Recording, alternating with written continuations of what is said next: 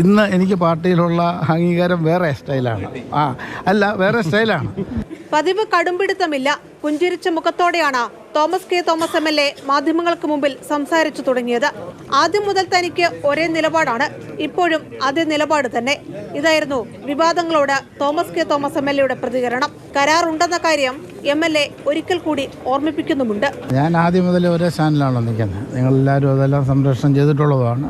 ഇപ്പോഴും അതേ സ്റ്റാൻഡിൽ തന്നെ നിൽക്കുന്നത്. കാരണം ഇത് ദേശീയ നേതൃത്വം നേരത്തെ എടുത്ത തീരുമാനമാണ്.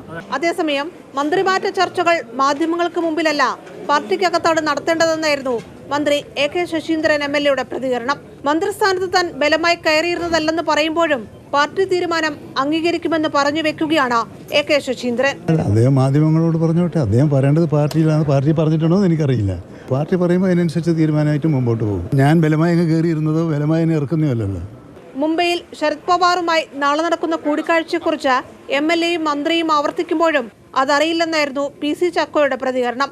ഉണ്ടെന്നോ ഇല്ലെന്നോ ചർച്ച ചെയ്തെന്നോ ചർച്ച ചെയ്തില്ലെന്നോ സംഭവിക്കുമെന്നോ ഇല്ലെന്നോ ഒന്നും ഞാൻ പറഞ്ഞിട്ടില്ല. മന്ത്രിസ്ഥാന മാറ്റത്തിൽ ധാരണയാവുകയാണെങ്കിൽ പാർട്ടി പ്രവർത്തകരെ തൃപ്തിപ്പെടുത്താൻ സംസ്ഥാനത്തിനകത്തൊരു നേതൃമാറ്റം ഉണ്ടാകുമോ എന്നതും കാത്തിരുന്നു കാണണം.